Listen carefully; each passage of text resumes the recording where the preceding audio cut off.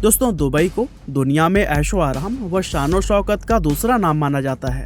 लेकिन क्या आपको मालूम है कि हर तरह की सुख सुविधाओं से भरा हुआ नजर आने वाला दुबई अंदर से पूरी तरह सूखा हुआ है। असल में दुबई पूरा रेगिस्तान पर बसा हुआ है, जिसके कारण वहाँ पीने के पानी का कोई भी प्राकृतिक स्रोत मौजूद नहीं है। और इसीलिए दुबई पीने के पानी का इंतजाम करने के लिए क्लाउड सीडिंग नाम की एक टेक्नोलॉजी की मदद लेता है।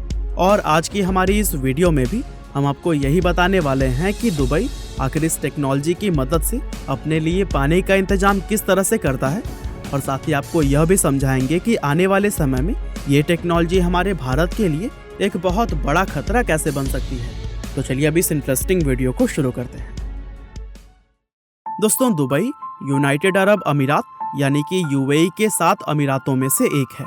इस शहर को दुनिया के सबसे मशहूर और सबसे महंगे शहरों में शुमार किया जाता है, क्योंकि इस शहर का अपना एक ऐसा आकर्षण है कि दुनिया भर के लोग इसकी तरफ खींचे चले जाते हैं। लेकिन ऊपर से खुशहाल और संपन्न नजर आने वाला ये शहर अंदर से पूरी तरह सूखा हुआ है। दरअसल दुबई एक सूखे हुए रेगिस्तान के ऊपर बसा है, जहाँ पीने के पानी का एक कतरा भी मौजूद नहीं है। और तो और यहाँ बारिश भी पूरे साल में सिर्फ 5 से 10 बार होती है, जो कि दुबई की पानी की समस्या को हल करने के लिए काफी नहीं है। अब वैसे तो समुद्र के किनारे बसा होने के कारण दुबई के पास पानी की कोई कमी नहीं है, लेकिन समुद्र का पानी खारा होता है, जिसके चलते इसको पिया नहीं जा सकता। और अगर कोई इंसान इस खारे पानी को लगातार पी ले तो फिर इससे उसकी मौत भी हो सकती है। अब सवाल आता है कि दुबई आखिर पीने के पानी का इंतजाम किस तरह से करता है।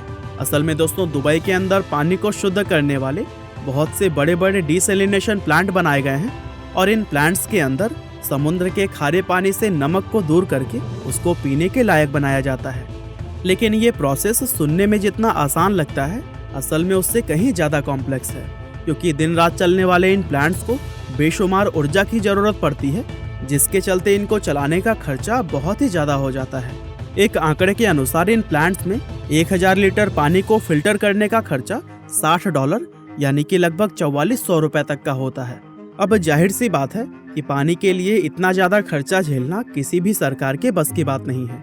इसीलिए दुबई सरकार भी किसी ऐसे सोल्यूशन की खोज कर रही थी जो कि इन्हें इस खर्चे से बचा सके, और फिर दुबई को यह सोल्यूशन क्लाउड सीडिंग टेक्नोलॉजी के रूप में प्राप्त हुआ। अब आप में से बहुत सारे लोग क्लाउड सीडिंग के बारे में तो पहले से ही जानते होंगे, लेकिन जो लोग नहीं जानते उन्हें हम बता दें कि इस टेक्नोलॉजी का इस्तेमाल आर्टिफिशियल रेन यानी कि कृत्रिम रूप से बारिश करवाने के लिए किया जाता है।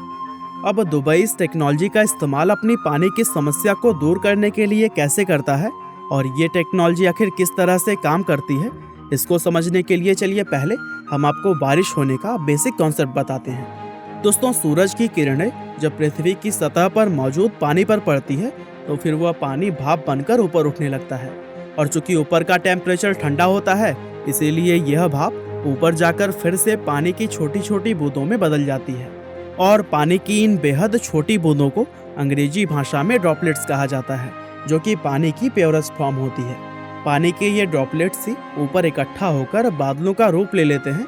साथ ही बेहद छोटी होने की वजह से ये बहुत ज़्यादा हल्की भी होती है, और ये नीचे जमीन पर तब तक नहीं गिरती जब तक कि ये आपस में जुड़कर बड़ी बूंदों का रूप न धारण कर लें। अब चूंकि ये पानी की प्योरेस्ट फॉर्म होती है, इसीलिए ये एक दूसरे के साथ जुड़ती भी नहीं है। लेकिन जब इन ड्रॉपलेट से धुएं या फिर धूल के कण टकराते हैं तो फिर ये प्योरेस्ट फॉर्म में नहीं रह जाती और एक दूसरे के साथ जुड़नी शुरू हो जाती है। और फिर जैसे ही इनका वजन बढ़ता है तो फिर ये बूंद के रूप में ग्रेविटी की वजह से नीचे जमीन पर गिरने लगती है, जिसको कि हम लोग बारिश कहते हैं। तो दोस्तों, यह था प्राकृतिक रूप से बारिश होने का बेसिक कॉन्सेप्ट। अब अगर क्लाउड सीडिंग की बात करें तो इस टेक्नोलॉजी को साल 1946 में अमेरिकी वैज्ञानिक विंसेंट शेफर के द्वारा डेवलप किया गया था। बेसिकली यह एक ऐसी टेक्नोलॉजी है जो बादलों में मौजूद छोटे छोटे ड्रॉपलेट्स को आपस में जोड़ने का काम करती है। और जैसा कि हमने आपको बताया कि जब पानी के वह ड्रॉपलेट्स आपस में जुड़ते हैं तो फिर बारिश होनी शुरू हो जाती है। दरअसल इस टेक्नोलॉजी में सिल्वर आयोडाइड नाम का एक रासायनिक कंपाउंड बादलों के ऊपर छिड़का जाता है, और इसको छिड़कने के लिए या तो प्लेन का इस्तेमाल किया जाता है या फिर ये जमीन से भी स्पेशल किस्म के जनरेटर्स के द्वारा बादलों में भेजा जाता है। अब ये रासायनिक कंपाउंड जब बादलों में जाता है तो फिर ये छोटे छोटे ड्रॉपलेट्स को आपस में जोड़कर बड़ी बूंदों में बदल लेता है, जिससे कि बारिश होनी शुरू हो जाती है। और इसीलिए कह सकते हैं कि क्लाउड सीडिंग एक ऐसी टेक्नोलॉजी है जो कि बादलों को बारिश करने के लिए फोर्स करती है। और इस टेक्नोलॉजी का इस्तेमाल कई दशकों से सफलतापूर्वक किया भी जा रहा है। और आज इसकी मदद से सिर्फ बारिश ही नहीं बल्कि आर्टिफिशियल रूप से बर्फबारी करना भी संभव हो चुका है। तो चलिए दोस्तों, अब हम आपको बताते हैं कि दुबई आखिर क्लाउड सीडिंग का इस्तेमाल किस तरह से करता है। दरअसल दुबई सरकार ने हजर के पहाड़ों में हट्टा नाम का एक डैम बनवाया हुआ है। और फिर जब समुद्र से उठने वाले बादल हजर के पहाड़ों में जाते हैं तब दुबई उन बादलों में क्लाउड सीडिंग करता है। और जब इस क्लाउड सीडिंग से पहाड़ों पर बारिश होती है तो बारिश का वो पानी पहाड़ों से नीचे बहते हुए समुद्र में जाने की बजाय इस डैम के अंदर जमा हो जाता है। और फिर इस जमे हुए पानी का इस्तेमाल दुबई न सिर्फ पीने के लिए करता है बल्कि इसके जरिए बिजली का निर्माण भी किया जाता है। अब जहां डिसैलिनेशन प्लांट में 1000 लीटर पानी को फिल्टर करने का खर्चा 4400 रुपए के आसपास आता था, वहीं आज क्लाउड सीडिंग की मदद से यह काम सिर्फ 70 से 75 रुपए में हो जाता है। और इस तरह से दुबई आधुनिक टेक्नोलॉजी की मदद से अपने यहाँ पीने के मीठे पानी का इंतजाम करता है, जो कि वाकई में अद्भुत है।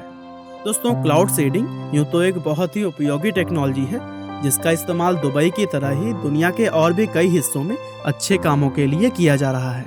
लेकिन इसकी एक सबसे बड़ी खामी यह है कि इसका इस्तेमाल हथियार के रूप में भी किया जा सकता है। आपकी जानकारी के लिए बता दें, साल 1955 से 1975 के बीच लड़े गए वियतनाम युद्ध में अमेरिका ने वियतनाम के खिलाफ क्लाउड सीडिंग का इस्तेमाल एक हथियार के रूप में किया था।